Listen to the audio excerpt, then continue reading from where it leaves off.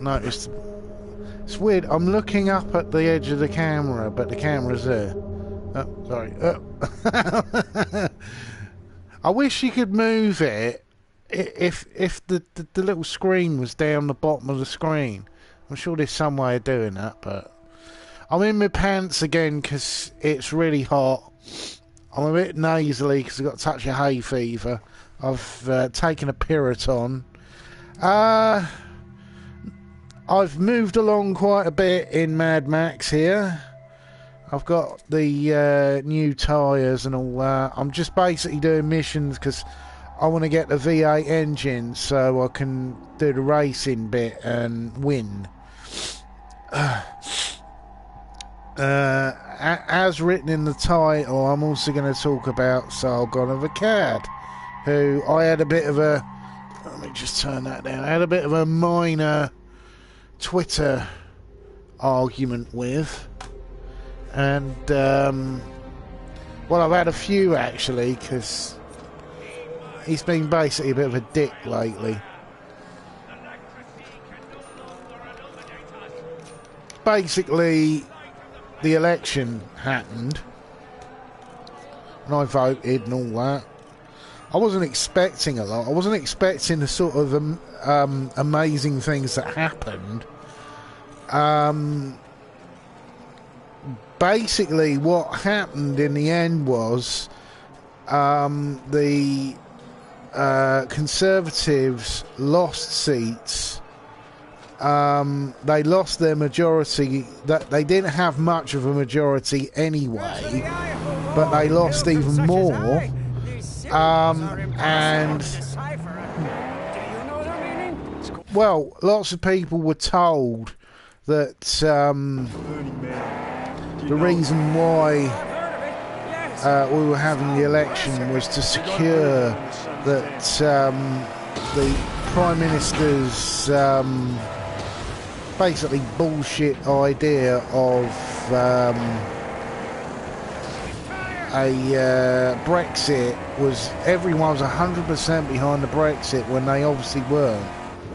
And quite a few people, particularly people in the Remain camp, even in the Conservative side, basically voted against their constituencies, and the Prime Minister was made to look really stupid. It was like complete opposite reaction to what... Well, the reason why she had the election.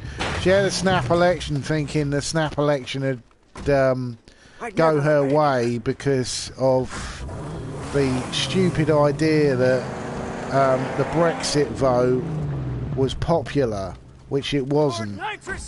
I know plenty of people who basically wanted a recall vote. That they didn't have time to vote. It was on a working day. You know, some people didn't take it seriously, thinking, you know, it wouldn't turn out like it did. Which it did. Warped than they said. Yet he is so beautiful. A fine creature of our playful wilderness. Thank you. I completely missed what he said to me. Yeah, never mind. Yeah, but it backfired badly, and basically in the UK Parliament you have to have a majority, because we don't have a presidential system. I spent most of Thursday explaining this to idiot Americans who were going, "Oh wow, she got more votes, so she must have won." I was like, we don't have presidents in Britain. We don't need them. We've got a monarchy. But, you know, quite a few Americans, particularly right-wing Americans, don't really know anything about the world outside America. This is why they have this stupid glazed view that they're loved by everyone outside America. It was part of the reason why I laughed so hard at idiots who thought that when the American troops would turn up in Iraq, that they'd be greeted with flowers and all that stuff, like they were in France during the war, which didn't happen. But anyway, the Sargon thing, he has been basically, his central argument recently has been, oh, we need to be out of Europe, and he's supporting people who are really horrible. Really horrible. He openly supported Marie Le Pen, who's basically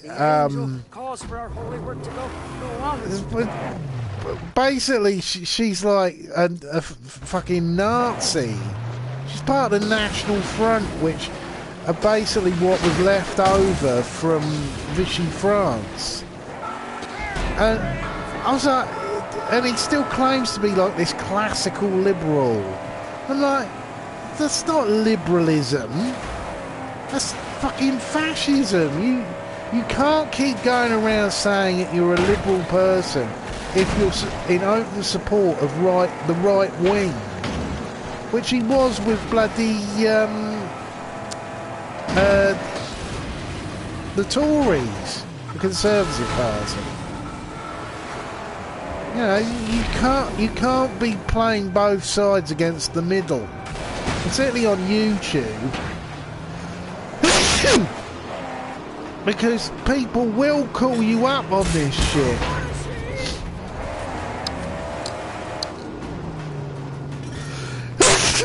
Oh God. Oh, hay fever. I'm gonna have to blow my nose. That's the sort of action you don't normally get in videos. People sneezing. Oh, God.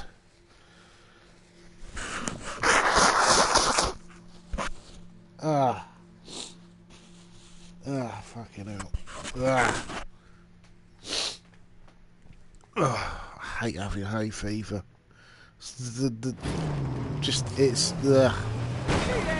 I don't have a very easy life as it goes, you know. I get hay fever in the summer and I get colds in the winter because of my sinus problems, because I broke my nose a couple of times. Oh, the idiot's gone and crashed himself.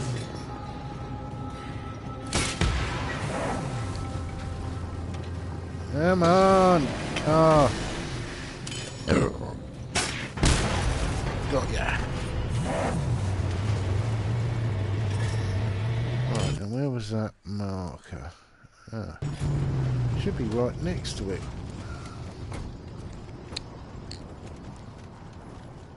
Ugh.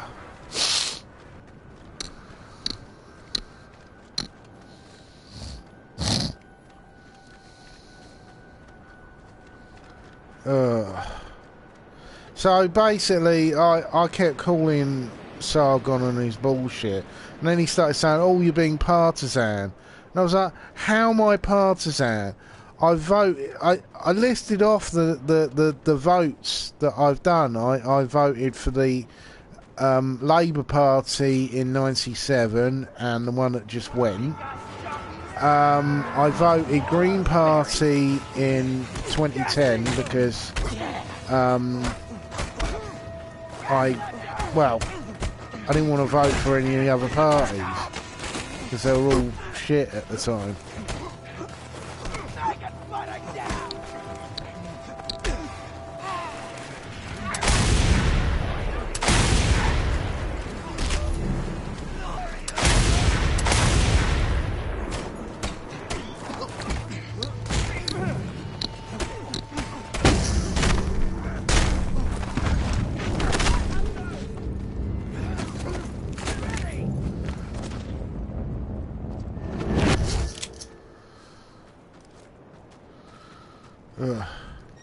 Yeah, I voted Liberal Democrat at 3 elections because I didn't agree with the way that New Labour were going. You know, I'm not a partisan person, but basically he put that through, and then, you know, I argued with him, and then he seemed to ignore me, which probably means I won and he looked really stupid, which happens a lot with Sargon because he's a fake intellectual. I've said this loads of times, that he talks like an intellectual, but he doesn't back it up with any facts. He comes across basically as a well, basically he's the bloke down the pub who knows everything. You know, it's just a bit. He's a bit of a sad man, really. A bit of a pathetic character. And basically, he put out another tweet today.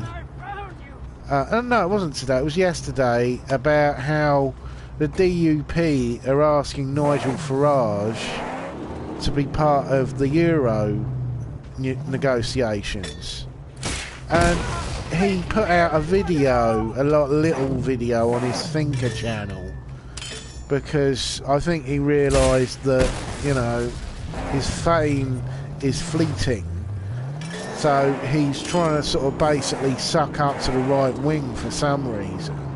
And basically it was, oh, I'd love that, Farage, oh, it'll upset all the Europeans. I'm like, how's that good? How's that an intelligent way to go into a negotiation? Sending the jerk who's not even elected.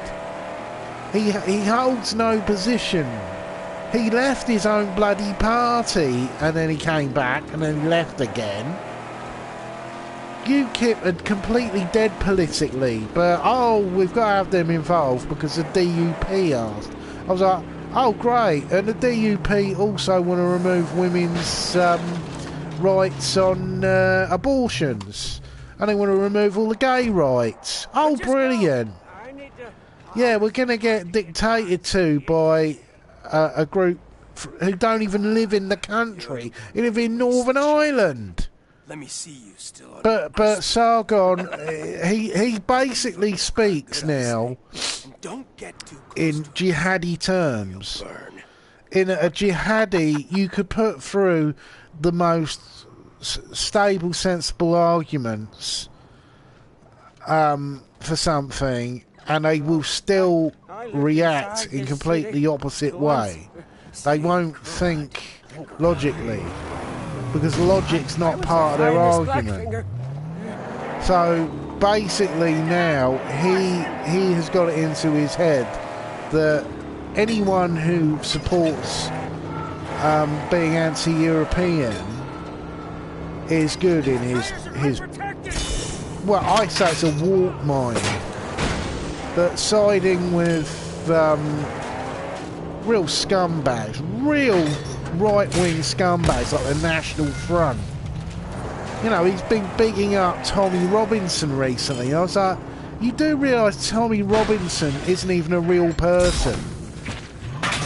Stephen Lennon is his real name, and he was a former member of the BNP.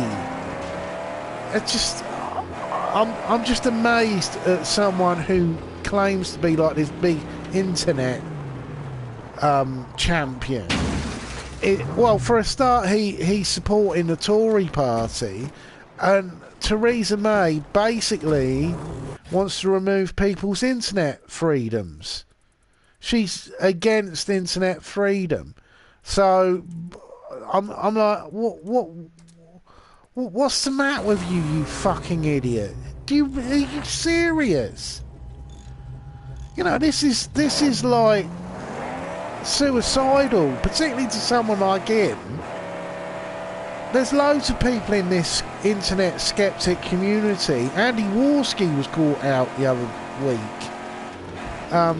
because he did an interview with the regular press, and when I first heard that he was doing it, I thought, oh, please don't do that, don't do that. The regular press they look at YouTube and they think, who are these people? And they get it. They've got it into their head, a lot of the press, that that these people were the reason why Trump won the election, which isn't helped by the whole CAC thing, because the CAC thing, I know from my little argument with Sargon, how many of these CAC people who, you know, I originally was part of the liberal thing where people were putting up CAC stuff and I was taking the mickey out of stuff, and it was quite funny. But from checking these people who claim they're CACers, I found I spent literally most of the weekend blocking these wankers who were they're like fanboys to Sargon, and they're all CAC people, and then you look into their profiles and they've got really right-wing politics. They're basically alt-right, and there's loads of them, absolutely loads of them. There must have been 120, and I blocked. Well, actually, I didn't block all of them, because there were one or two who I recognised were basically just like liberal people who were in it for the joke. But surprise, surprise, that's not the numbers who are dominating this CAC thing anymore. I read a whole thing online that it's because of Richard Spencer. He's got in on it, and I met Daily Stormer people, and I'm like, oh my god, what happened? And these Daily Stormer people have basically taken over the CAC meme. You know, the big joke with a lot of CAC people when I started was taking the mickey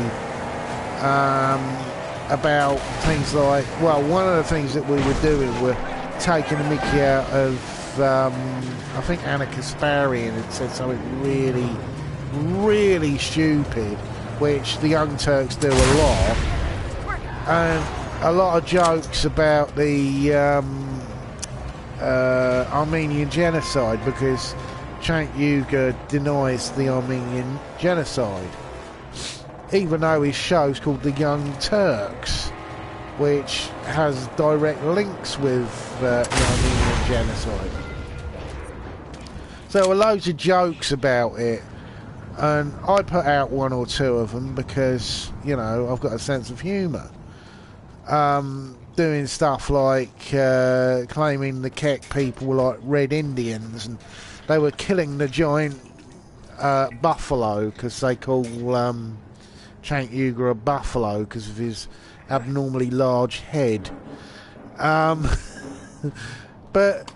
yeah, the whole CAC thing, from what I can see, has been basically taken over by the alt-right, and the alt-right are really fucking nasty. They're sort of psychotically nasty. Oh dear, fucking hay fever. Oh, I can only do this at night. Wait, I'll do one.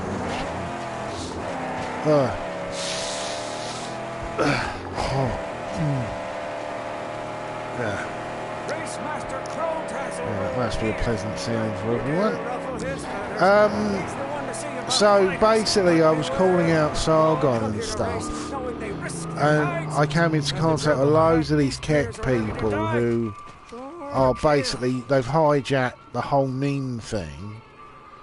And also I met people who were using words really wrong.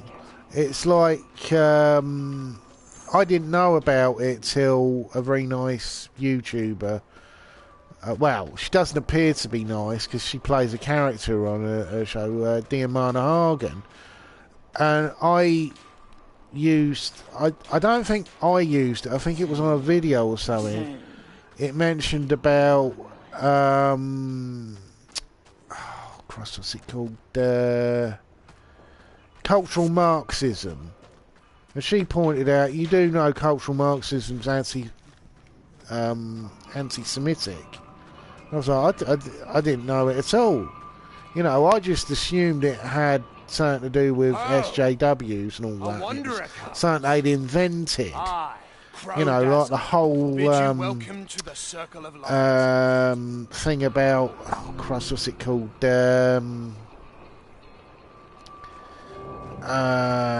I can't think at the moment. My brain's a bit bleh. Cultural appropriation. I thought it was something stupid like cultural appropriation.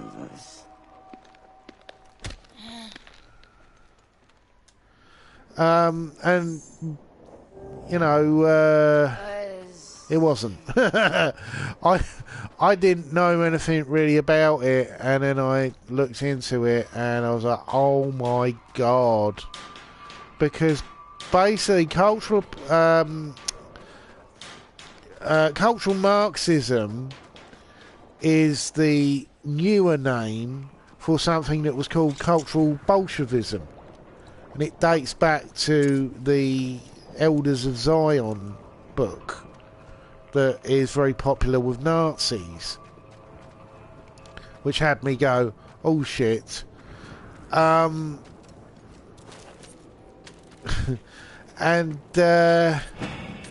basically, cultural Marxism, lots of people use it not knowing that what it is cultural Bolshevism. And it is the weird conspiracy theory that the Jews were behind. Yes, sir. Faster I can do. But I need parts. Then we can get it. The Jews are behind the Russian Revolution, and their plan is basically to turn the world into like a Marxist.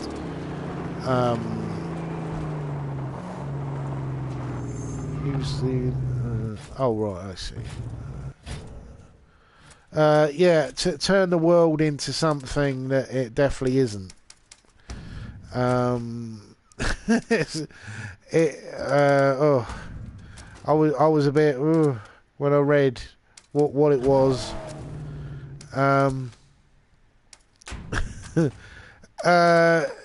Yeah, I'm definitely not comfortable with the concept of you know, being in support of any fascist idea. I've been a liberal my whole life.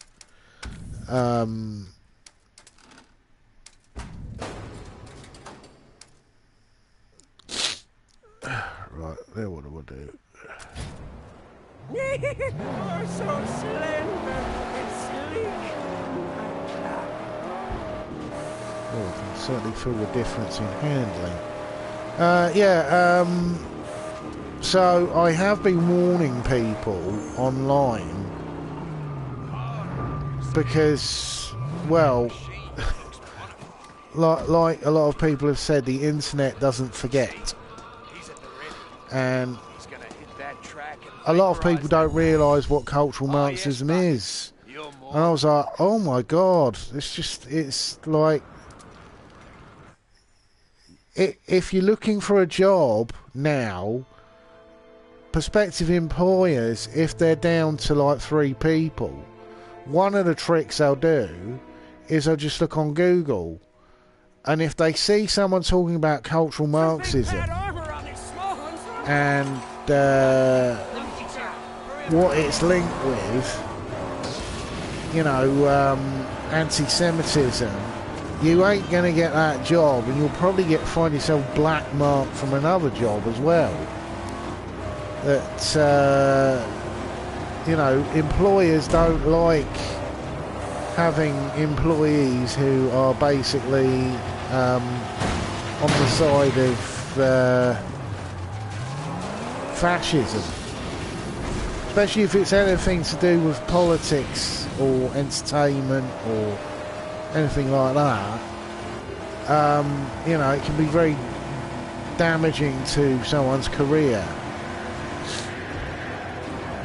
You know, I've met people in the past who denied that they were like members of the right wing, and they lost their jobs because they didn't put it in the employment. Shit, a brick. Oh, get out of the way! Get out of the fucking way!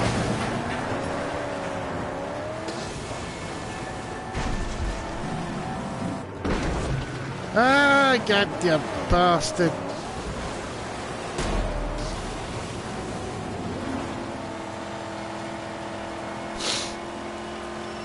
Yeah, so, you know, some people can really fuck their lives up by using terminology that is actually anti-Semitic,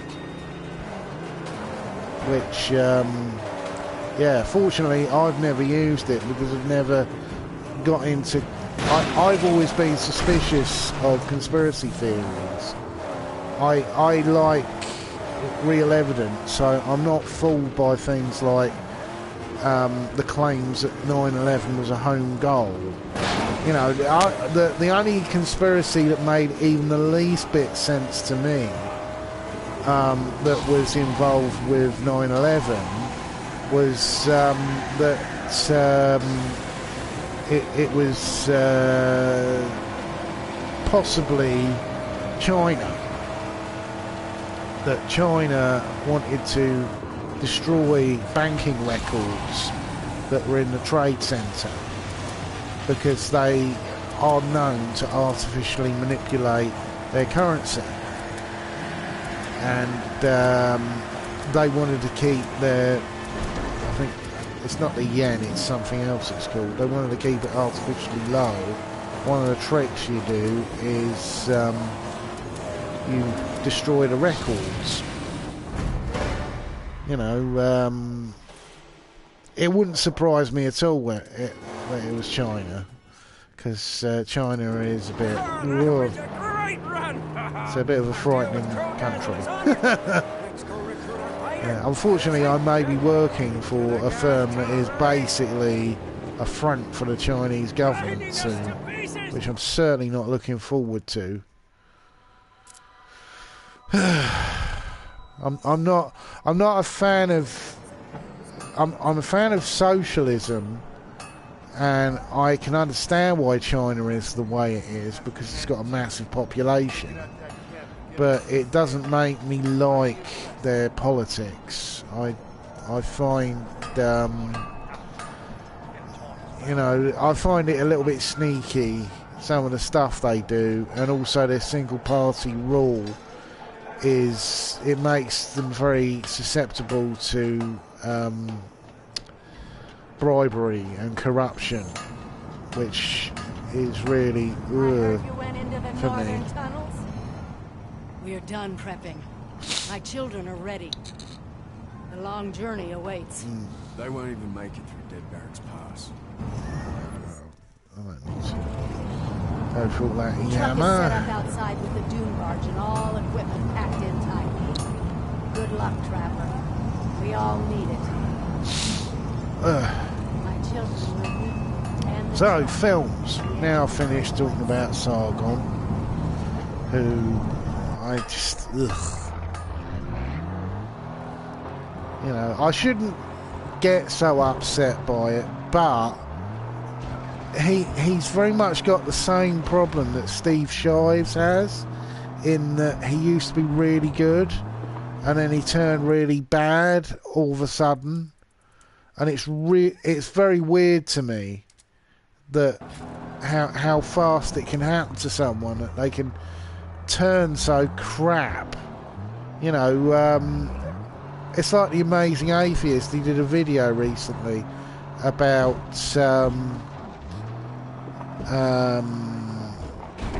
losing it, losing the spark.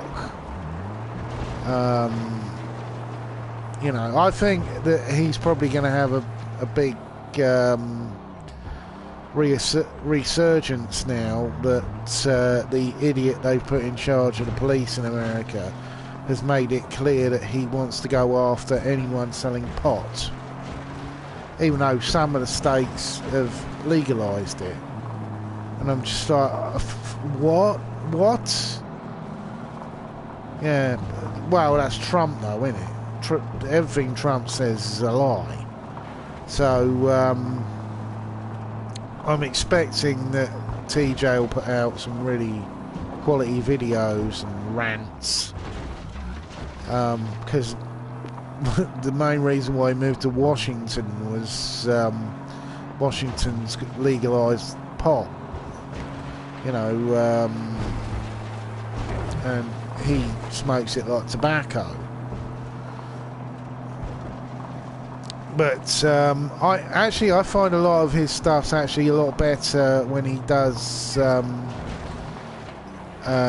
He just talks to the camera. Not just drunken peasants. He also he does a show called Abandon Hope, which I really enjoy. Where he's just sitting there reading stories off the internet and commenting on them. You know, and he can be quite funny, he can be quite glib, but he's also quite relaxed, because I think he suffers with the same problem I have in that if you're in I'm alright in a room if there's 4 people. If there's any more, I get anxiety. You know, I'm not massively comfortable, particularly with people I work with.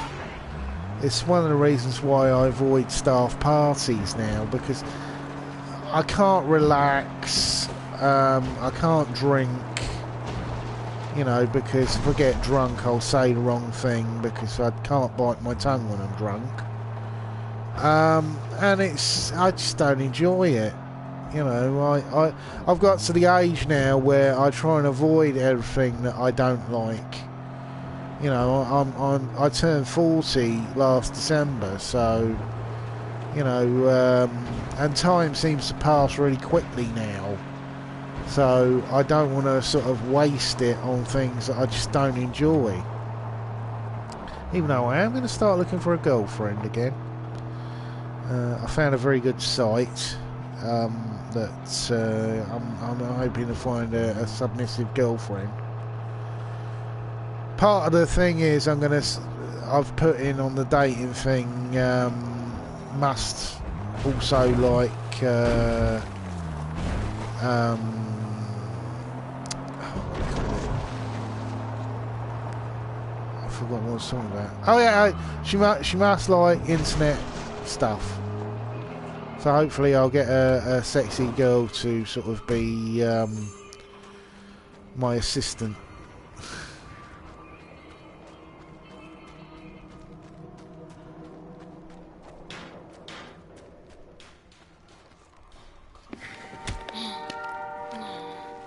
You're dead. Oh, that's that one complete.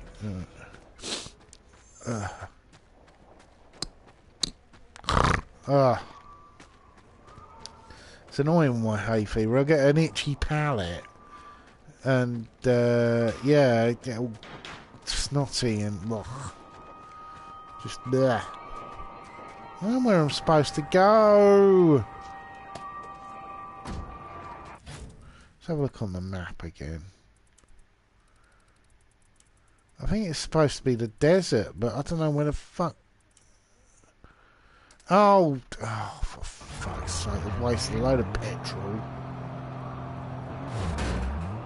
I wonder if I can restart the thing. Restart mission, where's that?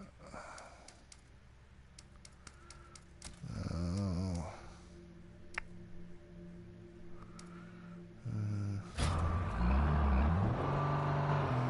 I'll just drive there, by looks to it. Oh shit! This turning circle's fucking crap.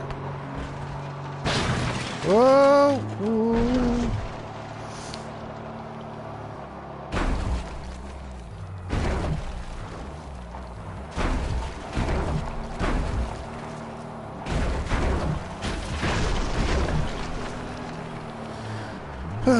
Right.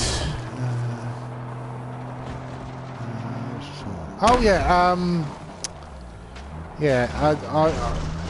What I really want is a sort of sweet, cute, submissive chick, a bit like Shoe on Head, who her and Armoured Skeptic have got a sort of sub-dom thing going there, which is really nice actually, because some girls do like being submissive. So I'm a switch, so I get well, I'm not submissive with women, I'm submissive with men,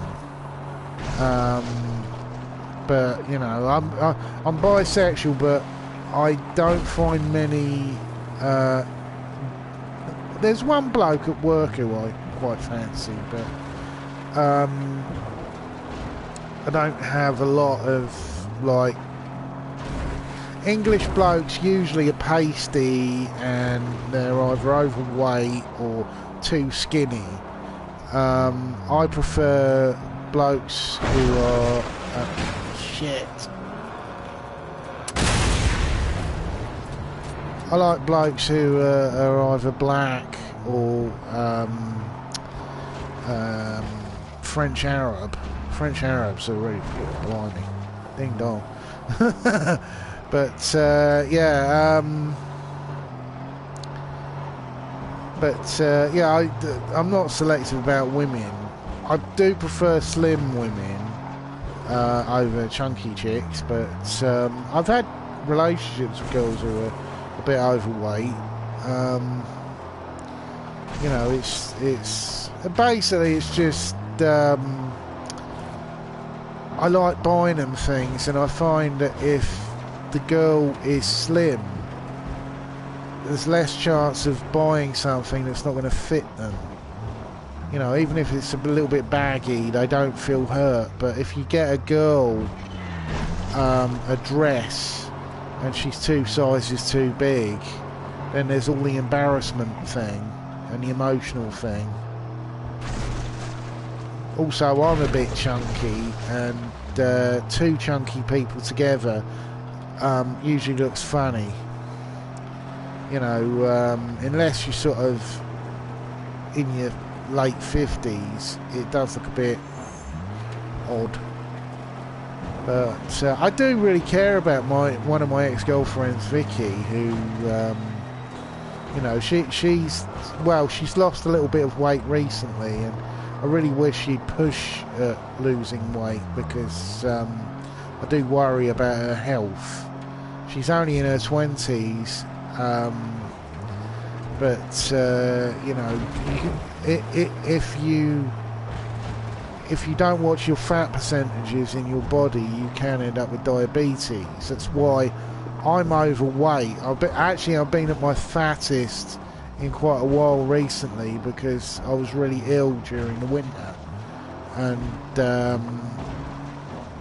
a lot of other factors as well, like worry. I've been worrying about my job and my job security, and just lots of things happening that has made me put on a few pounds. But you fucker! God's sake. Yeah. But yeah, I'm hoping to find another girlfriend.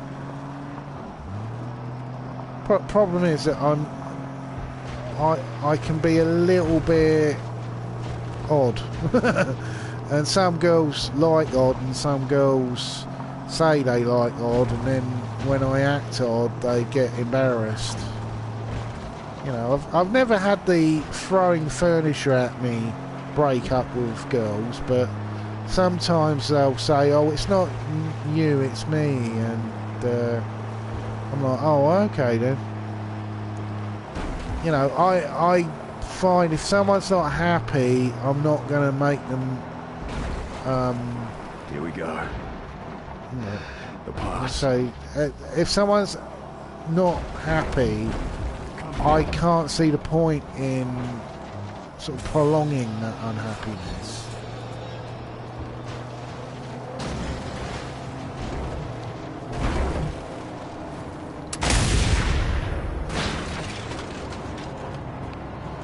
You know, I prefer to see happy people than sad people. It's one of the reasons why I'm very pro polygamy, because you know, I've seen couples where one of them dies and then their lives just sort of end. They don't really go anywhere beyond that, and it's quite sad, really.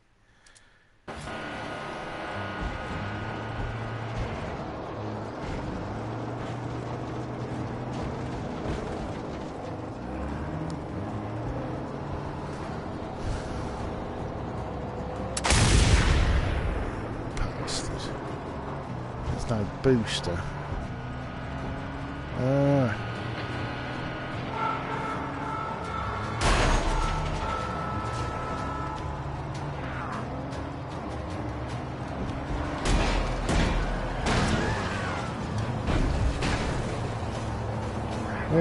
Oh shit, the car's dying. Oh fuck. I think I'm gonna have to start this again in this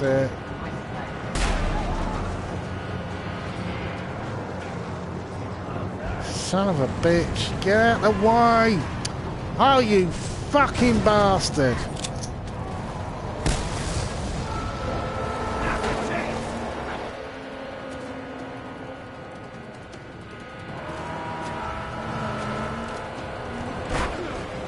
Oh, bollocks!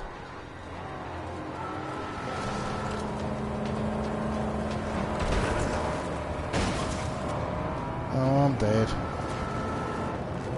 fucking burn myself to death.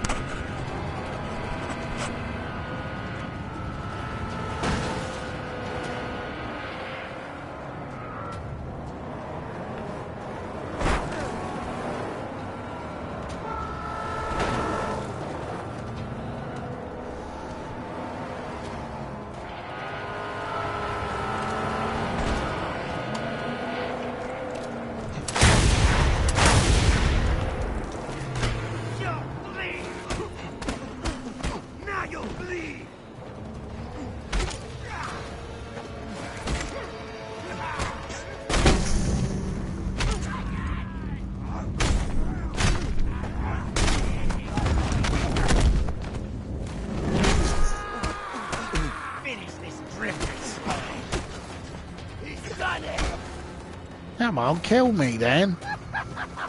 He's leaking dry. Anyway, film reviews.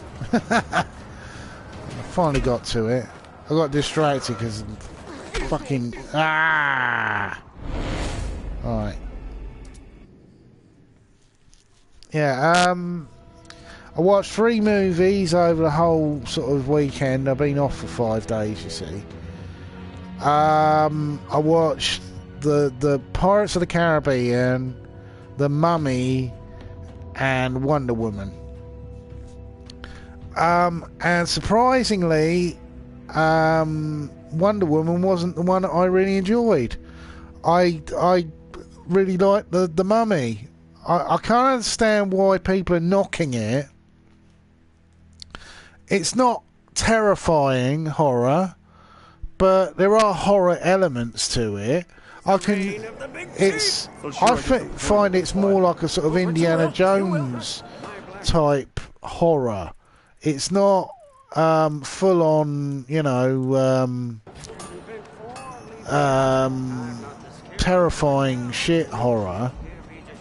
It's not Hellraiser, but I can't remember the last time I saw a horror that was 18 rated. They've all been pretty much 12A or 15. You know, the last sort of movie I watched that was definitely an 18-rated movie was Come back to me when you think you're ready. You might want to improve that shotgun of yours before heading off.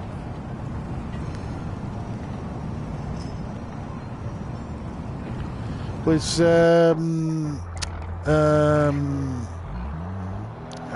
Nocturnal Animals, which was it was a fantastic movie. It was very, very heartbreaking to watch, and there were moments in it that were frankly terrifying.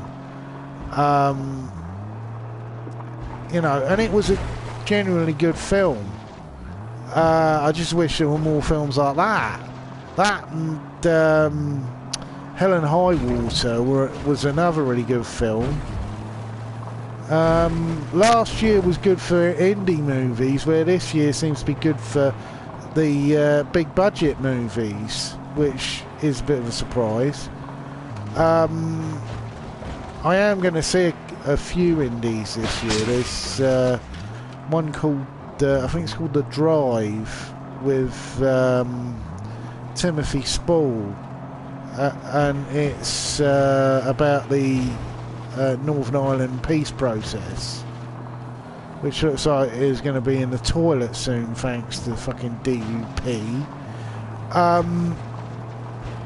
And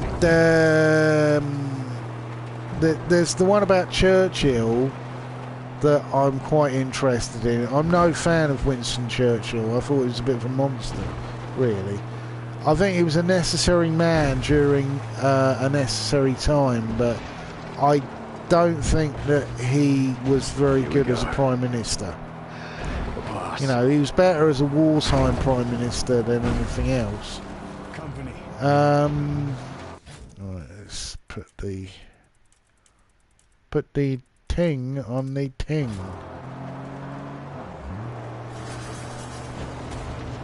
And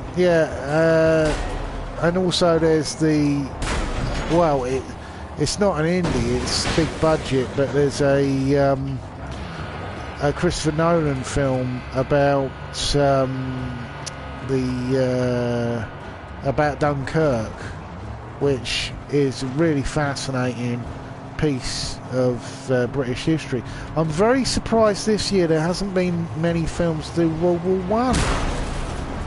You know, because historically 1917 was the bloodiest year of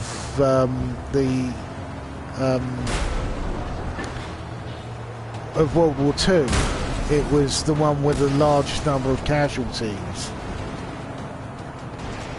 Particularly the Russians really did get hammered, and it was part of the reason why they had the Russian Revolution, was because World War One had become such a meat grinder that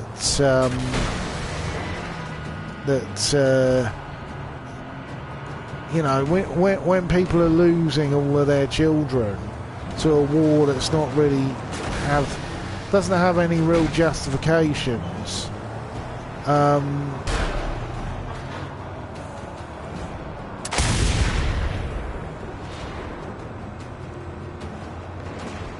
you know, I can see why there was the Russian Revolution. It's just a shame that the Russian Revolution turned into the mess of Stalinism.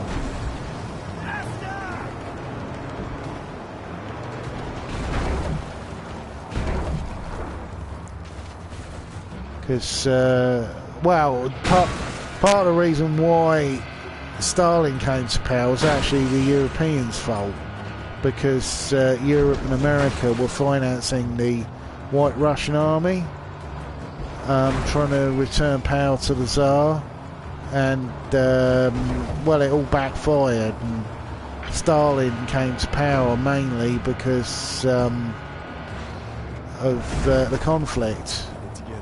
You know, he was an extremely savage general, and he basically became powerful because of the war between the White and Red armies.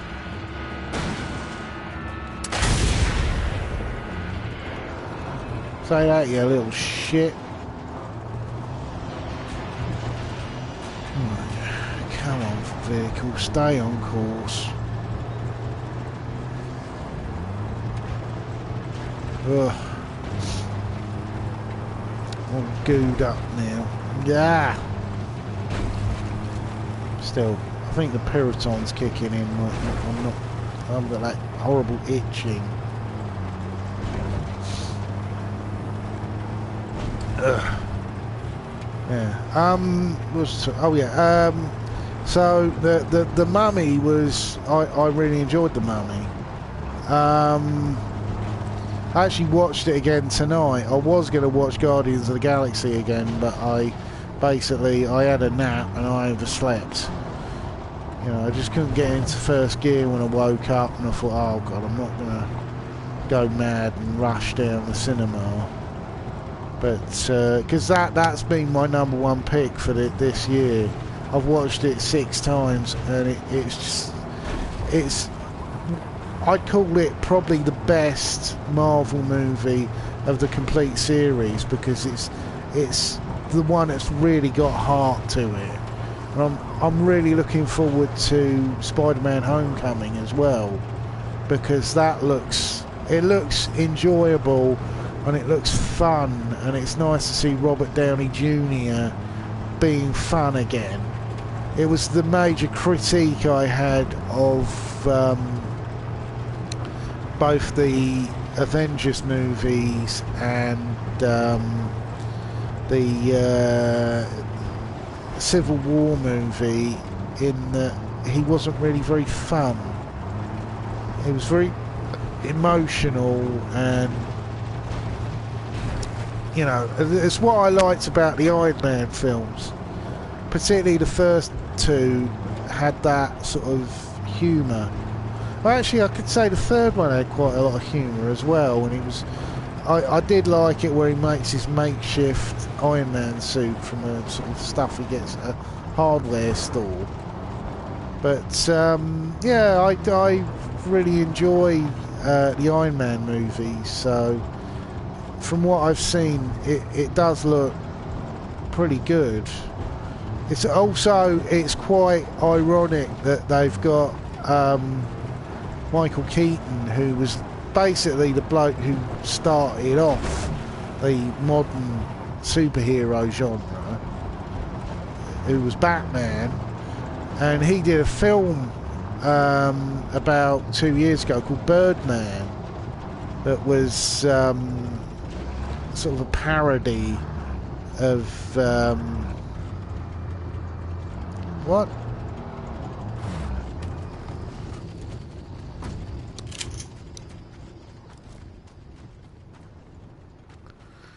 Oh, I've got to drive through that.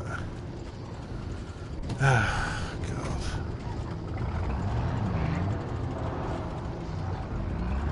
Probably going to blow the car up hitting that. Oh, shit.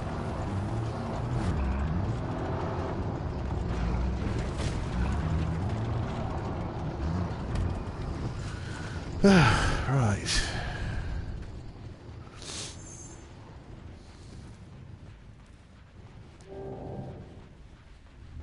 The car. The woman wasn't mine. Tank's empty. Maybe there's some cans around. Ooh. Some mausoleum.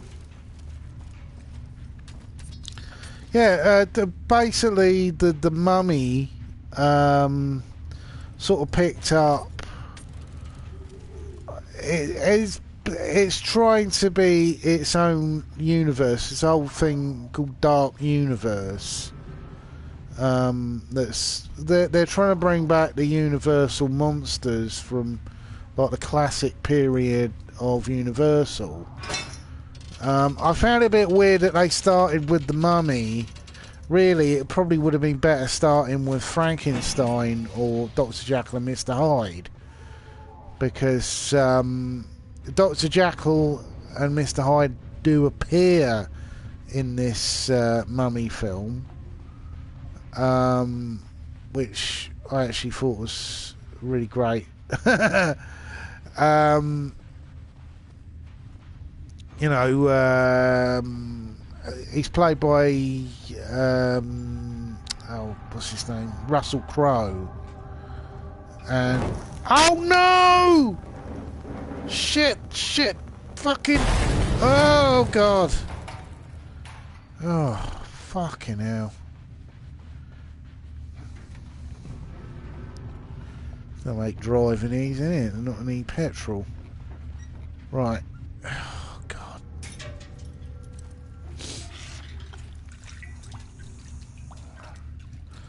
Yeah,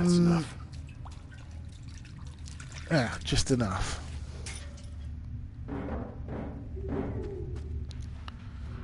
Right.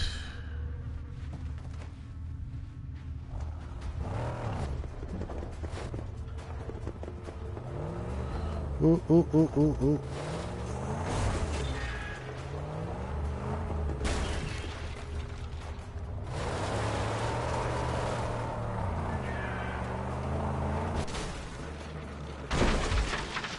Still in one piece. Hey. Get it to a stronghold.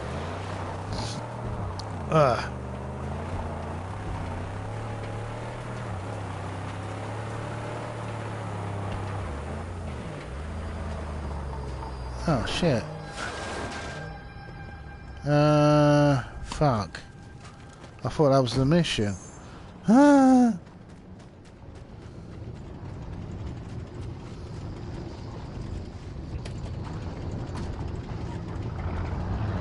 Where the fuck's this got to go then? Oh, bollocks. Oh, you fucking... There's no way I'm going to get it over there. Bollocks, I'll just abandon this mission. Fuck it.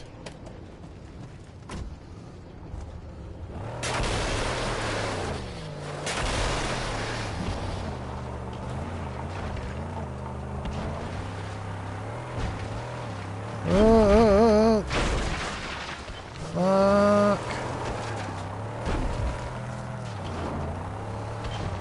So, yeah, the other two movies I watched, the Pirates movie was bloody awful. Really bad. I was shocked at how bad it was, because basically what this Dead Man Tell No Tales, but actually it wasn't called that, it was called something else, because something was Zazara's Revenge. All it was basically a remake of Pirates of the Caribbean.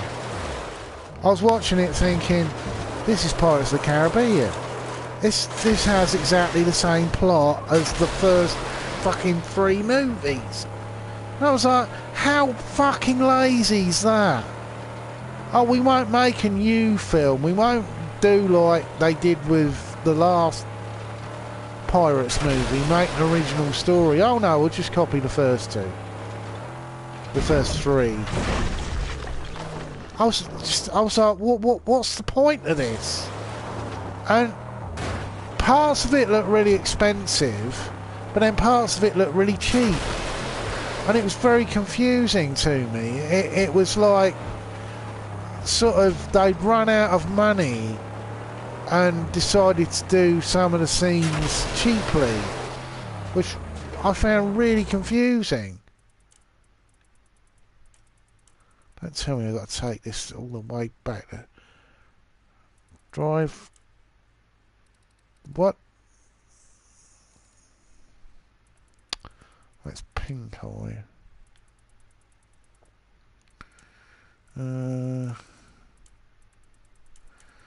I'll just drive to the nearest base.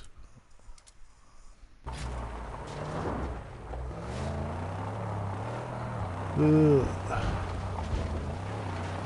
What was I saying? Oh yeah, but basically it was the plot of the first movie, and I was like, what? And Johnny Depp doing the I'm a drunk bloke all the time routine. And like I was saying, there was a scene at the beginning that looked really expensive, and it made no sense at all. It basically had a bank being dragged through a city like a horse and cart, and I was like, this is stupid. But then the plot really kicked into first gear and became more stupid, with a really silly thing. You remember in the first movie, the basic plot line was that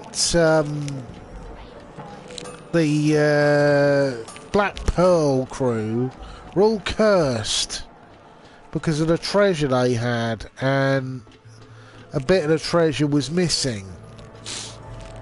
So they wanted to use the bloke from the, I can't even remember, Orlando Bloom or Orlando Boring. He had to get somewhere and do something and something else. Your And deeds like, here have prepared us for what's ahead. And in the nick of time, war boys have been sighted, prepping most likely for an assault on our beloved ship. A standoff is upon us.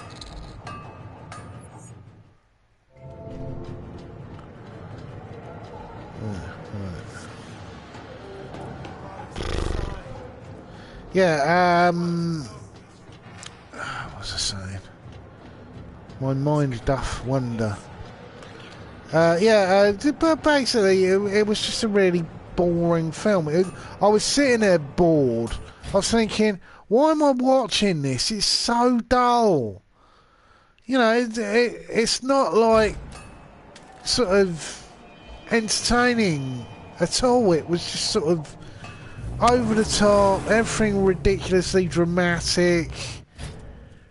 Right, I gotta go build up the car again.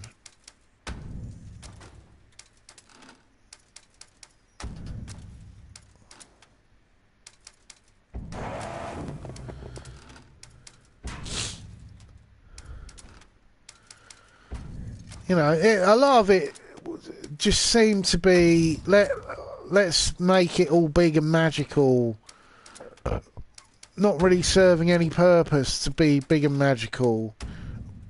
And Johnny Depp walking around acting drunk, and I was like, oh god, it's so boring.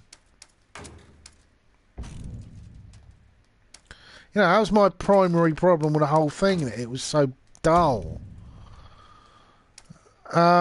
It's got all the magical stuff in it. The only major good point that I enjoyed about the whole movie Things you've done for us can't hardly be repaid. was how am I doing?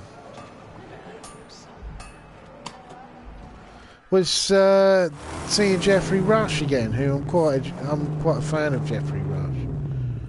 What the fuck am I supposed to be doing? Oh, for fuck's sake, why doesn't it explain what the bloody mission is? Stop convoy attacking. Oh, right. So where's the fucking convoy?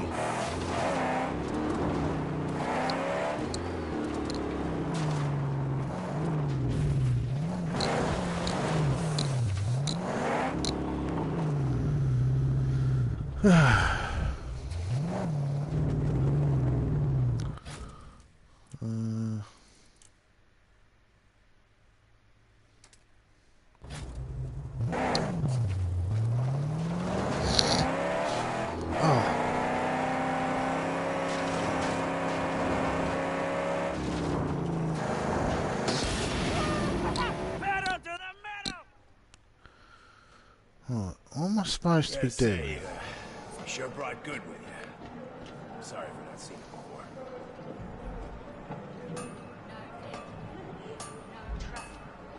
Oh, I've got to go up there. Ugh!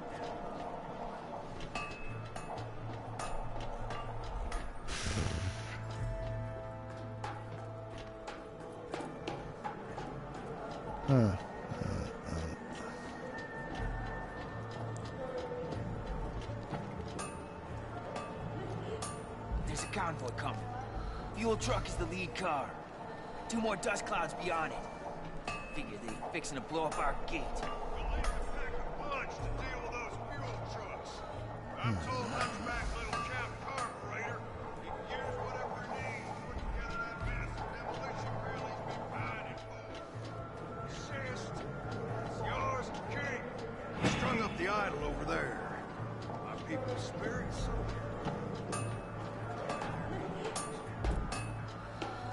so Safer outside now.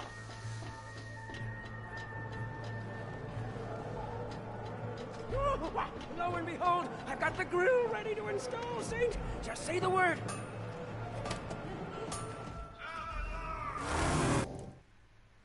Right, I got. Sorry, I'm suddenly being very quiet. I don't now go for that. Yeah. So the Pirates movie, it didn't make a lot of sense. It was mind-numbingly slow. You know, I was sat there thinking, surely that with all the money they've got, they could make a movie that's a little bit more exciting. But no, it was. I was like on the point of falling asleep at one point. It got so slow and boring, and it was just the sheer level of disinterest. You know, none of it basically tried to do what they did with the original movie, in that they tried to have 2 people who were incredibly bland as well. Actually, that's a bit of a lie. I did quite like the girl in it. She was quite attractive and feisty, and I like feisty women. But it was just it was overlong. It was massively overblown for what it is. It had way too many of those CGI moments that reminded me actually the most of things like The Phantom Menace, where basically you've got like a few actors on the screen that are real, but you've got a massive like collection of people who are CG'd, and it's boring. It's boring. The actors lack animation. The plot was all over the place. Like I said, it was trying too hard to be the first movie. You know, it was trying to do that Star Wars Force Awakens thing where, you know, they basically took the guts of the original and they just made a big sort of updated version with more actors. The villain in it was virtually the only change was he wasn't a pirate, he was a privateer who wanted to destroy all the pirates. But even that, he was really sort of two-dimensional. And not just because he was CGI, it was just, he was a boring character who had no real motivations other than, you know, oh, Jack Sparrow caused me to crash my ship, I will kill Jack Sparrow, even though Jack Sparrow made no reference at all to his compass that he used as being anything but a compass in the past. Now it's all important. Also, it shows that people in that pirates universe, they don't check their prisoners very well, because the girl in it, she gets arrested twice as a witch, but she doesn't lose the book she's carrying. That's like the major sort of plot point. I was just like, oh, it's fucking stupid. But the whole thing felt stupid. It felt really forced. And I was like, why am I watching this crap? You know, it didn't really... I didn't feel any sort of... Well, anything really in the end. I was watching it thinking this is really slow and really boring, and I wish they'd just sort of hurry up and do something. But it's just, I was so bored. Anyway, the third film I watched was Wonder Woman, and there was a lot riding on Wonder Woman because all the Zack Snyder involvement with DC movies has been bad. It's been really bad as well. I sort of liked some of the things about Man of Steel, but I thought it was overlong, and I thought it wasn't very well paced, and it basically spat in the eye of Superman. It didn't offer anything of any real interest. I quite liked Michael Shannon in it as General Zod. He was probably the best thing about the whole film, that you actually had a villain who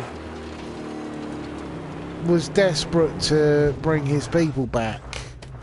You know, and that was quite different. At least he had motivations that made sense. But the majority of the movie was really... I think basically the problem with Man of Steel was they started off completely on the wrong tone. They tried to make it as dark as the Christopher Nolan Batman movies, and you can't do that with Superman. Superman, you cannot make into a dark character. There's been attempts to do it. The only real successful attempt of making a dark Superman that I can think of was the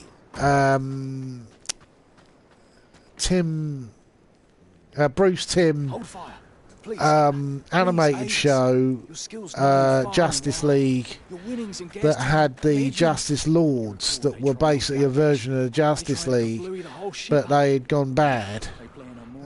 Superman had gone a little bit doolally, and he killed Lex Luthor, President Luthor, who was going to destroy the world.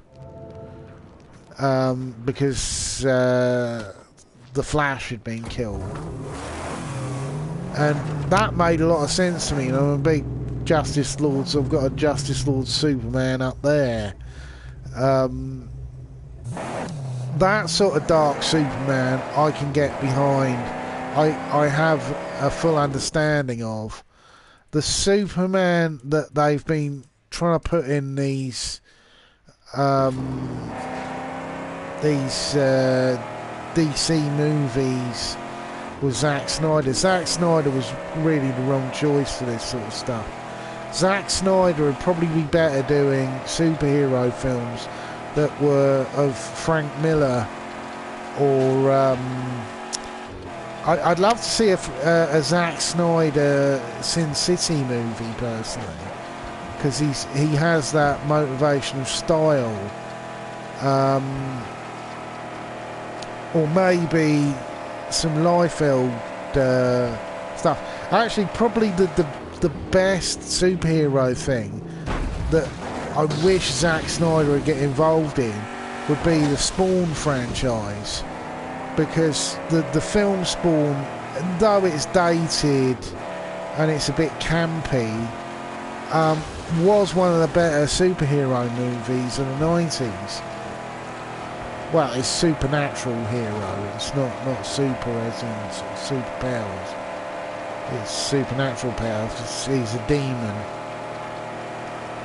But yeah, I'd get really behind that.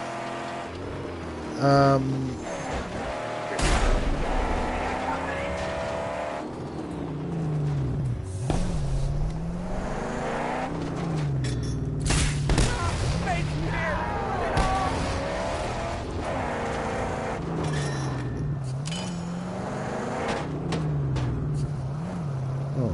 do I do? Oh shit, I think I'm supposed to steal it.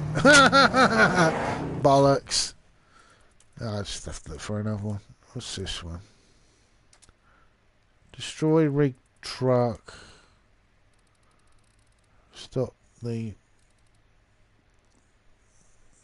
Oh, alright then. Okay. I've got to destroy him. Right.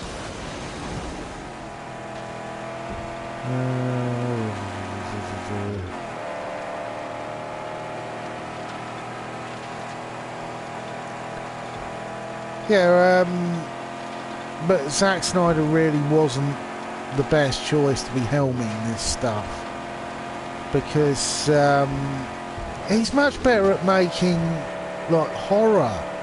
You know, my favourite Zack Snyder film is actually the remake of Dawn of the Dead, which I really enjoyed. And I also I like the 300. I'm not a massive fan of it. I actually preferred the sequel to the original. I thought the sequel at least had a lot more meaning to it. You know, and it was nice to see a villain that you actually feel sorry for. Also, it being a woman was like a big change. You know, I'm not a feminist, I'm an egalitarian, but when I see an interesting female character that's actually got a character, it's I find it's something of interest.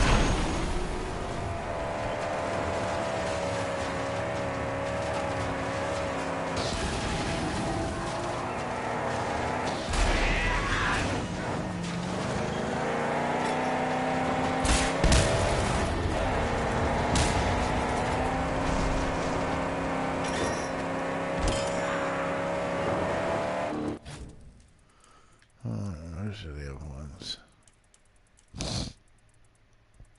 They're on the opposite end of the map. So I'll just check around here first. There's one.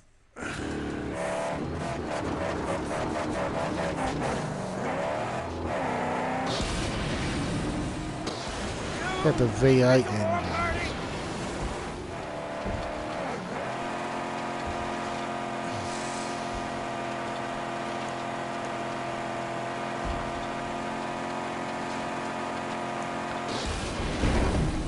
Whoa, whoa, whoa, whoa, whoa. The tank! That one hit could cause a cleansing inferno!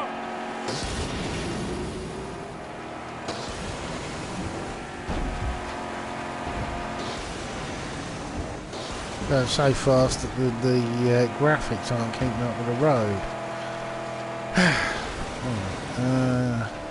Oh yeah, so Man of Steel I was sort of okay with. I thought the ending was terrible.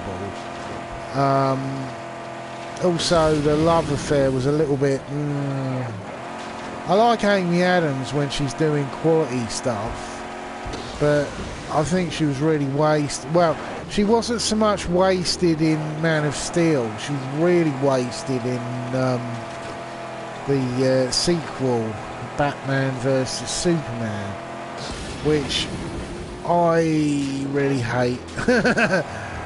Funnily enough, the bits I did like were the bits with Wonder Woman in it. I'm not a huge fan of this whole dark style that they've done. If you're going to do the dark style with DC, use dark heroes. Use ones like Constantine and Swamp Thing, and just don't be using the apple pie characters like Superman or the Flash. The Flash, you can't turn him into a dark character because he's not a dark character in the comics. He's an upbeat bloke. That's why I actually think the major strength that DC has over Marvel is actually in their television output. I think their TV shows like The Flash and all of the ones in the Arrowverse. I haven't watched Gotham because I'm a little bit... I'm sort of feeling like sort of withdrawal symptoms of too much Batman. You know, I was a bit sad by the passing of Adam West the other day, but you know, I got to the point where I'm just sick and tired of seeing Batman in everything. And so Batman and Superman, I hated the Batman in it. I hated what they've done with Batman. I hated that they've made him violent and he kills people. I know that Batman killed people back in the 1940s, and but even Frank Miller didn't have him killing people intentionally. You know, I know in Dark Knight Returns he kills the Joker, but the Joker is trying to kill him at the time, so there's some justification. But I hated the whole thing. I hated the way that Superman was such a complete moron, that he was so easy to trick into things. It completely went against the Superman I'm used to. The Superman I'm used to is that he's an intelligent person, but he doesn't kill unless he really has to.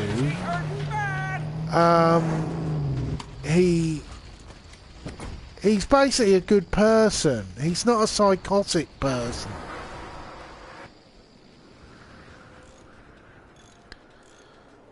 You know, so Superman and Batman in Batman vs Superman, my first major problem was the killing of Jimmy Olsen in the first 10 minutes. The whole stuff about Africa didn't really make a lot of sense to me. I know there's a longer cut that has more of an explanation to the background, but I just don't care now. You know, it was such a bad movie. Lex Luthor in it was doing an impression of the Riddler, and I was like, well, what's the point of this? And to bring in Doomsday into this type of universe was so poorly thought out. You know, it was silly. It was a silly movie that completely lost me. It made Superman look like an idiot. It made Batman look like a psychopathic killer. It basically made Batman into Frank Miller's Batman from I can't remember what the series was called, but I think it was Ultimate Batman and Robin or something like that it was called. It was basically an attempt to reimagine the character, and he just came across as a psychopathic, sadistic dickhead.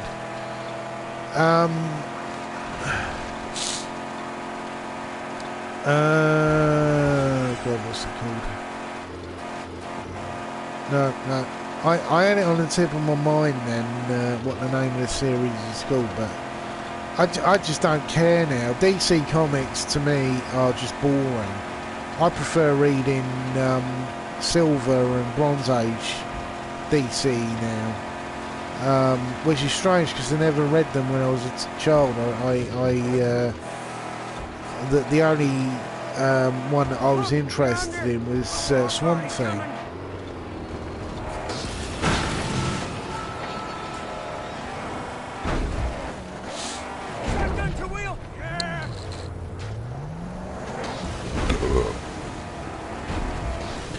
So we get to Wonder Woman. Wonder Woman is, it's not brilliant, but it's not terrible.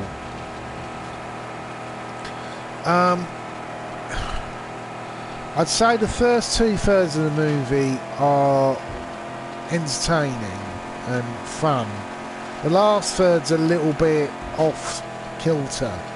I think really the ending should have been more thought out, but it wasn't.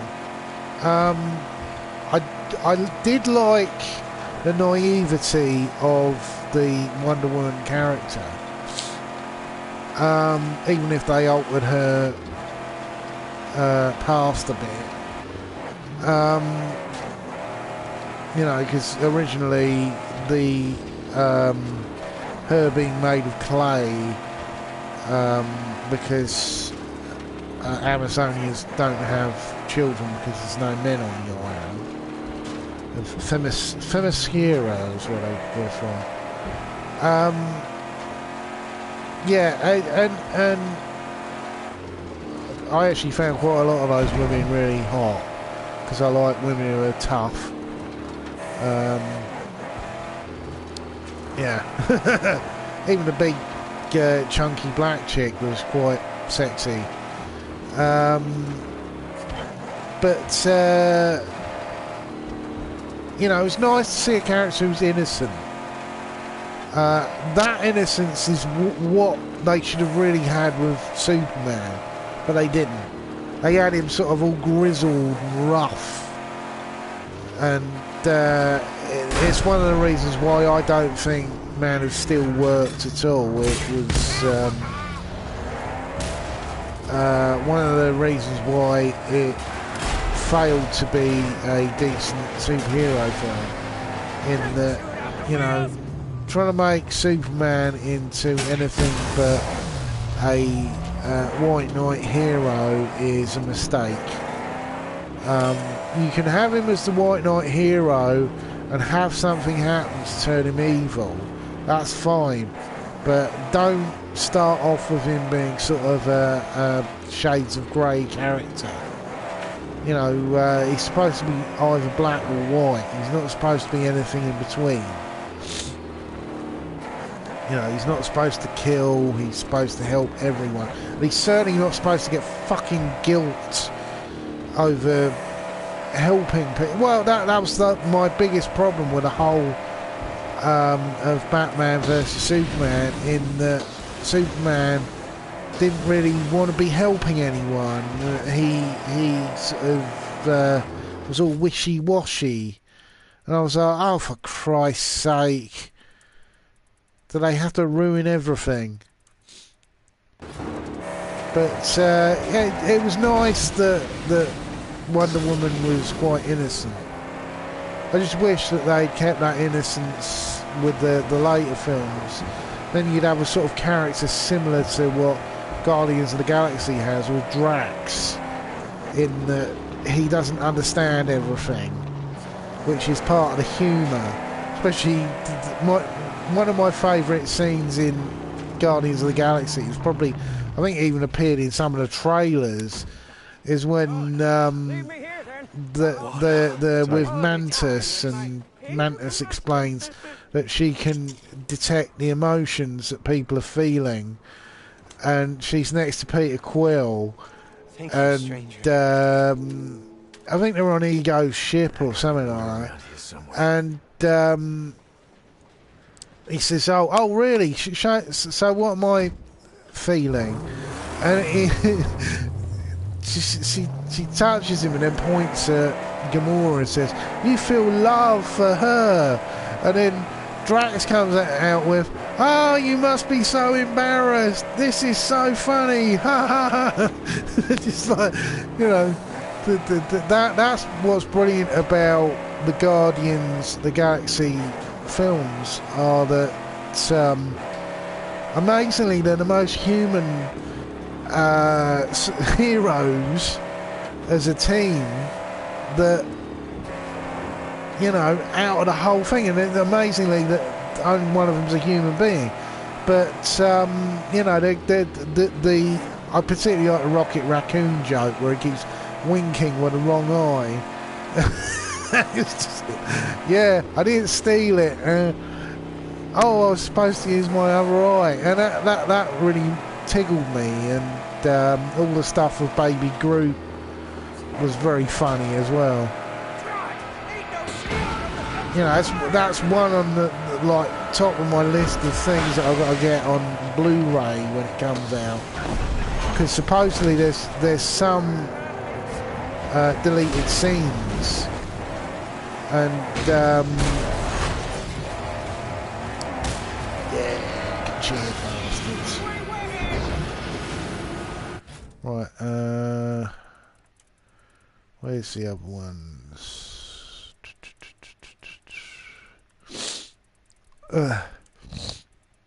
I'm all snotty again.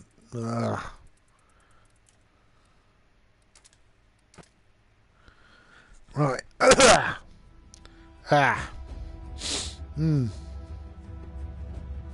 Oh, my bum hurts. I broke my tailbone years ago, and over the past 2 years, I just keep getting a pain in where my tailbone is. Should really go to the doctors about it, but I'm a little bit worried that it's something other than my tailbone. It might be something like cancer. Still, I'll have to do it when I'm on earlies next. You know, that's the problem with getting to 40. Your memory has a bit of a hard time. So earlier, I'd been to the gym. Come back to me when you think you're ready. You might want to improve that shotgun before heading home. I've been to the gym, and afterwards I stopped off at the what was it? Yeah, I stopped off at the Waitrose, that's it. It's basically converted from a petrol station. And I was thinking all the way there, oh, I'll get a lolly. I got in there and I completely forgot about the lolly, and I got myself 2 bottles of Pepsi Max instead. Then I came out, I was walking up the road drinking one of them, and I thought, oh fuck, I went in there for a fucking lolly. Just, I need a secretary. I need a submissive girlfriend to come with me and remind me of things.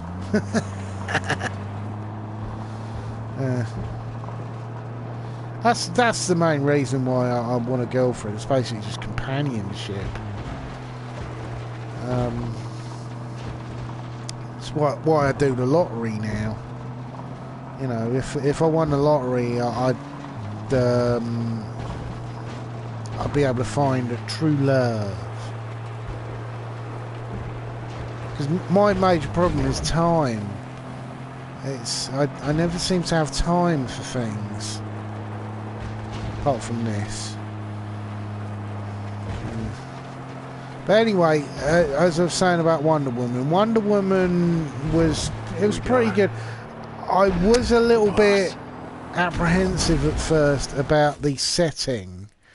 That making a film about World War One, I thought if they handle this wrong, it's going to sink like a fucking, like the Titanic. But fortunately, they handled it really well and covered a lot of the horrors of World War One, including gas attacks. You know, and they didn't make the Germans out to be cold-blooded killers. There are cold-blooded killers in it, but the main thing that's spurring them on is the god of war is really responsible for what's going on.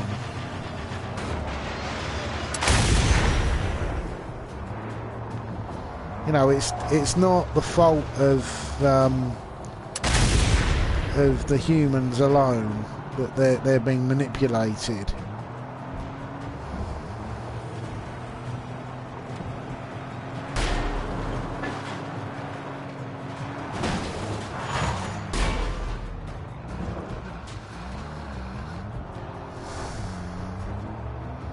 I don't think it was Hades. I think it was another god.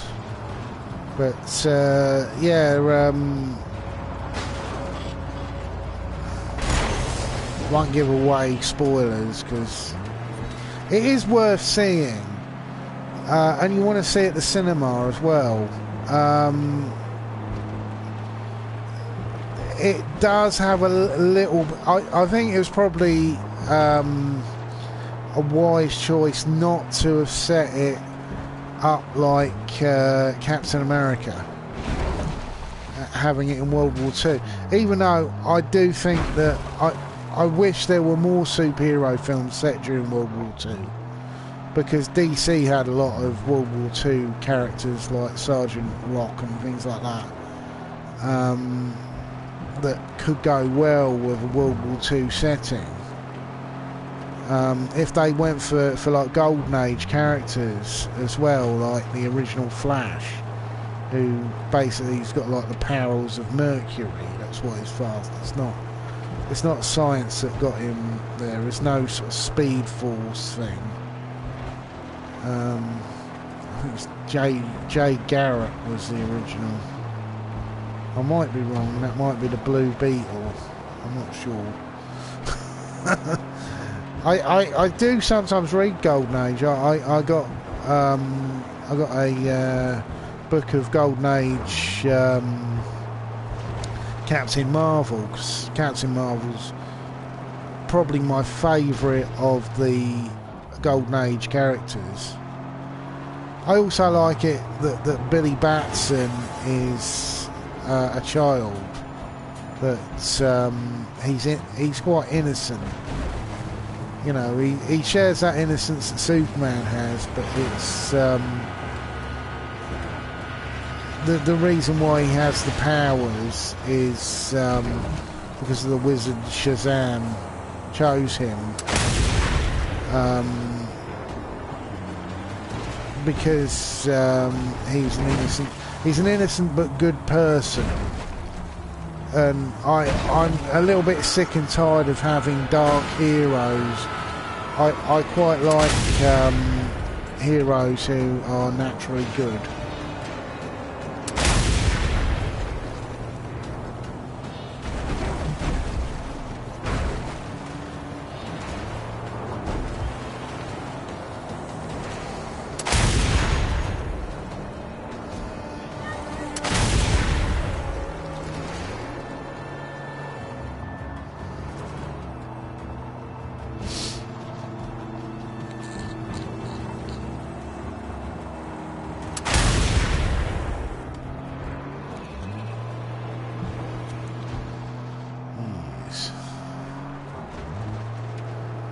Yeah, a good superhero story with an innocent character.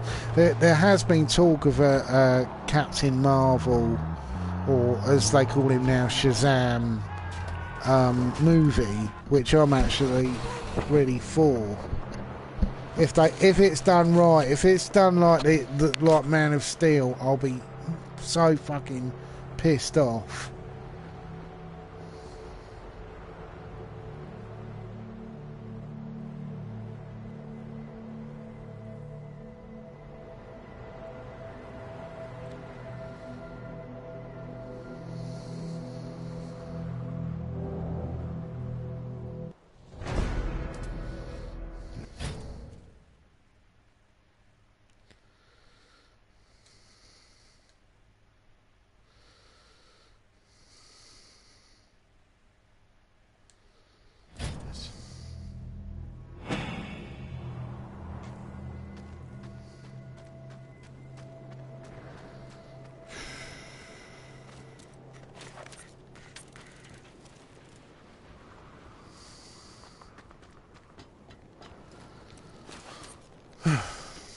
So,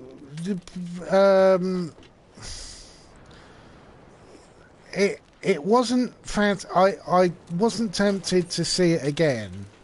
You know, I could have watched it tonight, but I watched The Mummy instead for the second time.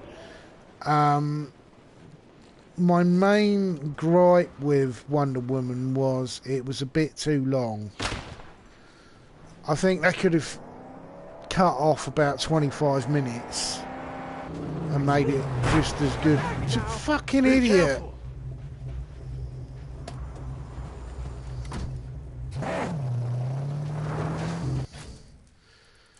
Yeah, it was a good film in some ways. I think that it did suffer a little bit of trying to be too epic, which is a problem a lot of films have nowadays. The action was quite good. The comedy was there, but it didn't dominate the script, which I was pretty glad about. Sometimes, like Ant-Man was basically two directors trying to patch two things together. I really enjoyed Ant-Man, but you could tell the stuff that was from the original, slightly darker story. And then they altered it to make it a little bit more comic-y and fun, which I actually preferred. You know, Ant-Man's my second favourite of the Marvel movies. But the first one being,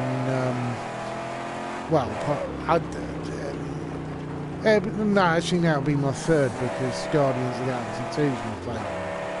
But my second favourite was Captain America: First Avenger, which had it had that brilliant line right near the end, where Steve Rogers is getting up onto the flying wing, and it's got the general in it, and Agent Carter, and he's trying to get onto the plane. They've used the Red Skull's car, and she kisses him goodbye, and then Steve looks to the general, and the general says, I'm not going to kiss you. It was just such a brilliantly delivered line that it really worked, and it was really funny. Also because it was Tommy Lee Jones. I actually felt as a bit sort of a shame that they didn't make more First Avenger movies. Because it is like one of the most perfect superhero films. I'm a huge fan of World War II movies anyway, like Indiana Jones and all that. And it's what I like about the Captain America movies. The Captain America movies are pretending to be something they aren't. They're pretending to be a superhero movie, but they're actually using other movie concepts, like First Avengers, basically a mix of the Dirty Dozen and Raiders of the Lost Ark. Sorry.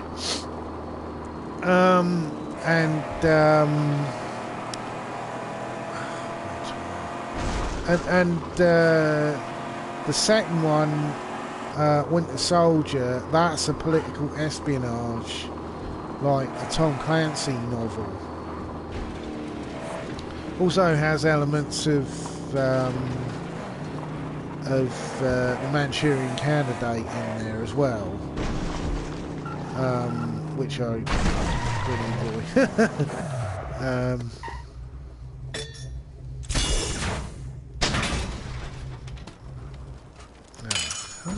What do we have here?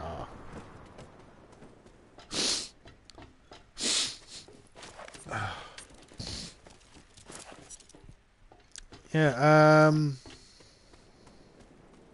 and yeah, Civil War is the Bourne Identity. It's completely the Bourne Identity. There's scenes in it that look like the Bourne Identity and the Bourne Supremacy. You know, that whole stuff about the Winter Soldier doing things that he has no memory of. That is basically the Bourne Identity. Strikes its last blood ring bear. And the way it was filmed, that whole scene with the soldiers, the police breaking in, and there's Captain America and the Winter Soldier fighting them all off. That's a rip-off of Bourne movies. And even the way it was filmed, especially all that stuff in Africa, it looked like a Bourne movie using shaky cams. But I really enjoyed Civil War. I just wish that Iron Man was more fun in it. It wasn't a lot of fun, which was a real shame, because the character can be quite fun, especially when he's sort of drunk, or there's that funny stuff between him and... Oh fuck! Didn't mean to do that, sorry! Oh, I pressed the wrong button. Oh bloody hell. Yeah, there was that whole stuff with Pepper Potts that I really liked. With the, you know, they joke with each other and they acted like a married couple and all that. Particularly good in Iron Man 2 when they brought in Black Widow as well to add to the whole thing. So the other thing that interests me about this Spider-Man Homecoming is that I can't remember the name of the director, but he's actually the director, plays one of the characters in the movie.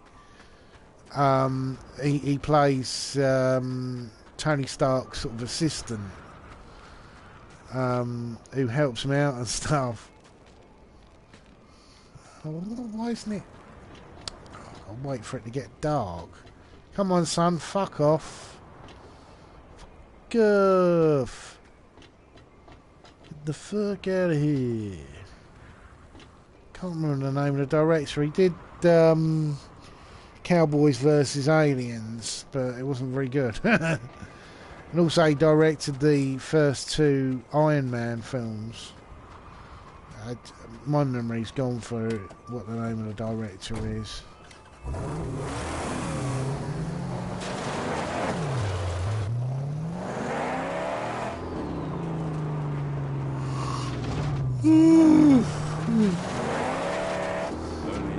Let's get this mission out the way and then I'll go to bed. I'm back on late tomorrow. I should have this game actually completed tomorrow, because I'm sort of like 80% in.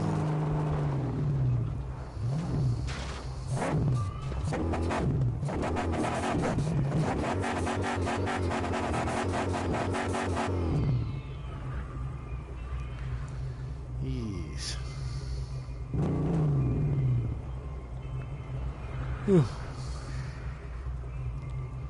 Come on, son, go down. I do like the scenery in this game. It's very pretty.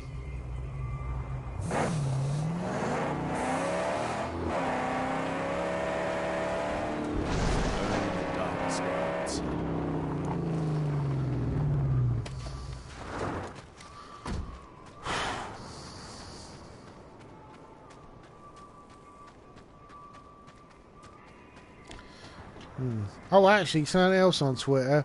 I've managed to get blocked by Kevin Logan again. which was really annoying because we were getting quite matey. I think it was probably because of the election, because I was sort of criticising Sargon quite a bit and quite a few Conservatives. But all of a sudden he blocked me. I was like, oh, for fuck's sake. I hate it when people block you without any explanation. You know, I could understand if I'd said something wrong or I was rude to him or something. I think probably what it was I was talking to Crownton T, and Crownton T and him don't get on at all. Also, I probably criticised Michael Rowlands, but I can't stand Michael Rowlands because I think he's pretentious shit.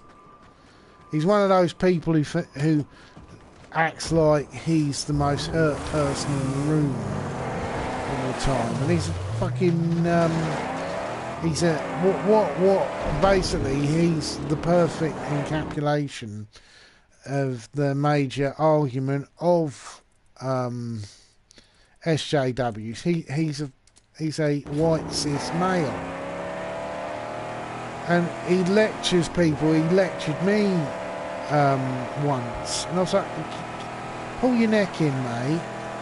I'm the bisexual one here. You know, if you started sucking cocks, then you can sort of get on your high horse about intersectionality and all that bollocks.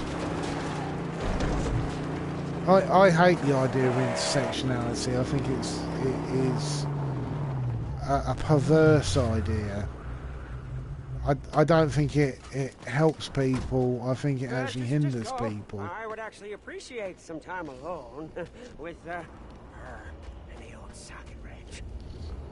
You know, I'm my main problem with intersectionality is how much it's an easy port for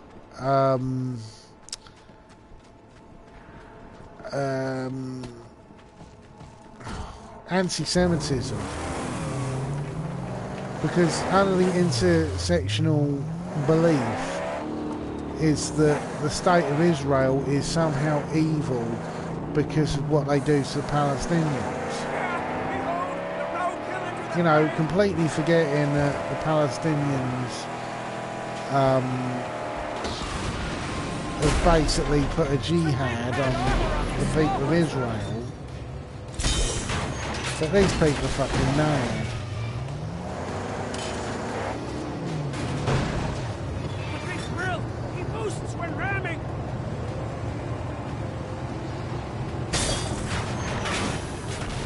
For the kill!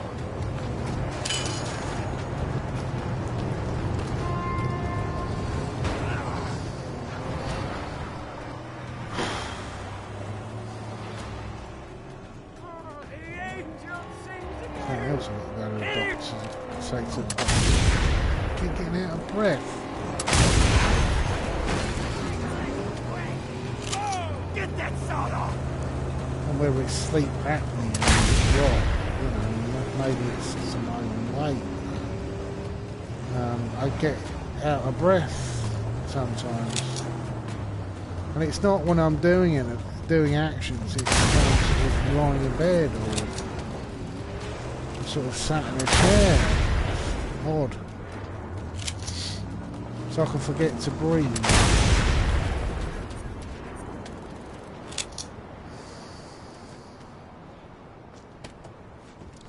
Yeah, I think I'll take another Puritan. Oh! Ooh, my bum.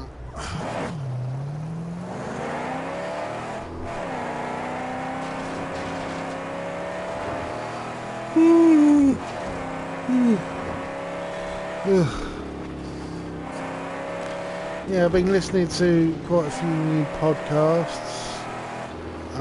There's one called the Supervillains Anonymous that I quite like. It's a bloke called Friended and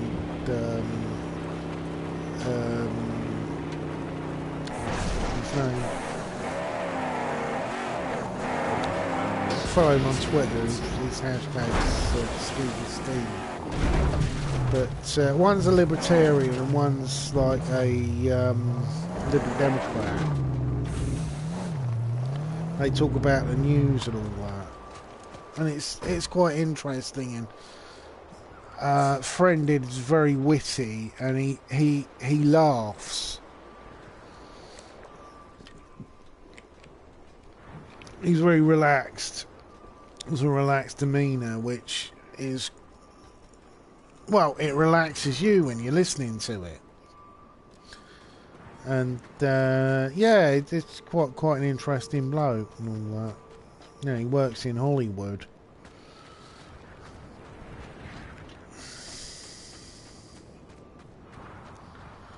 Oh, come on, Mission, just fucking activate. God's sake.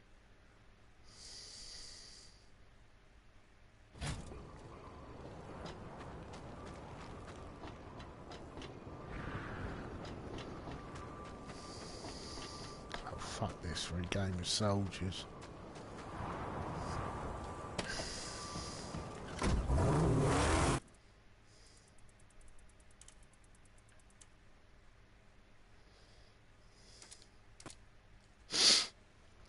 Oh, God.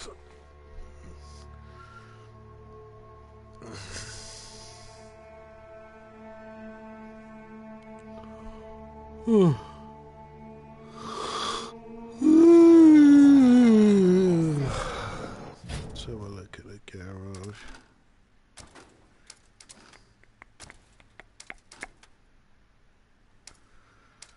Oh, I've got to unlock Big Chief.